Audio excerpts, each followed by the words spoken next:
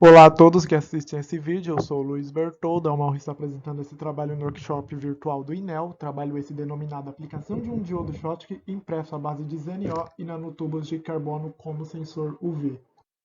O ZNO é um material semicondutor que possui um largo bandgap de 3,3 eV, energia essa correspondente ao espectro do VA, maior responsável pela incidência de câncer de pele. Nesse intuito, há uma motivação no desenvolvimento de dispositivos sensores que monitoram a exposição a essa radiação, tendo como camada ativa semicondutora o ZNO.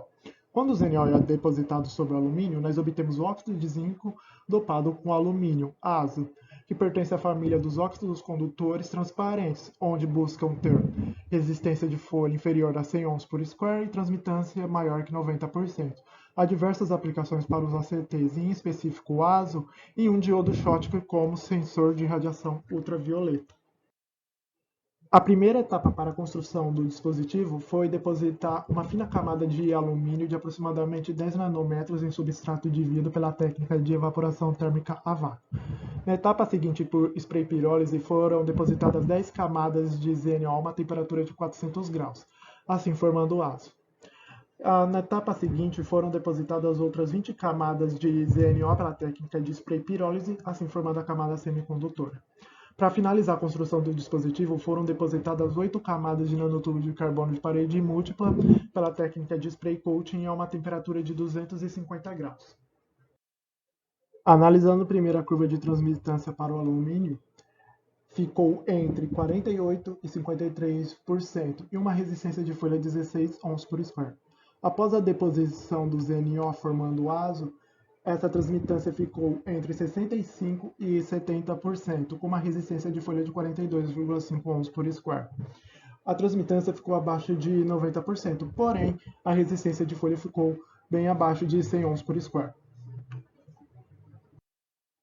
Analisando a curva de corrente por tensão no escuro, nós obtemos 3 ordens de grandeza de retificação, fazendo a razão entre polarização direta e reversa. Já sobre a incidência de radiação ultravioleta, nós obtemos aproximadamente uma ordem de grandeza.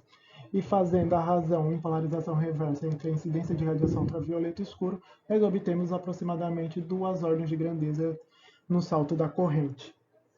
A expressão abaixo mostra o comportamento da corrente no dispositivo. Já agora, analisando a curva de resistência diferencial por tensão, onde em polarização reversa a resistência diferencial é igual à resistência em paralelo, e em polarização direta a resistência diferencial é igual à resistência em série, no escuro mostra uma grande resistência em paralelo. E conforme passa para a polarização reversa, essa resistência que agora é em série cai de forma exponencial. E sobre radiação ultravioleta, o dispositivo mostra um comportamento ôhmico entre menos 1,5 e 1,5 volts. Dando continuidade na análise dos resultados, agora nós vamos aplicar o método de Chung para a extração de parâmetros fundamentais para a avaliação do diodo. Esses parâmetros são a resistência em série, fator de idealidade e altura da barreira Schottky. Trabalhando a expressão da corrente acima que advém do modelo de emissão termiônica, nós chegamos nas duas expressões abaixo, que são equações da reta. Trabalhando a equação dV/dLNI, calculando seu coeficiente angular, nós obtemos a resistência em série. E calculando seu coeficiente linear, nós obtemos o N, o fator de idealidade. Fazendo o mesmo para H de I, onde o coeficiente linear nos fornece NφB, como nós encontramos N da equação anterior, nós encontramos φB apenas substituindo o valor de N. As curvas trabalhadas para a extração dos parâmetros se mostram a seguir. A de dV/dLNI e H de em função da corrente no escuro e sobre radiação ultravioleta.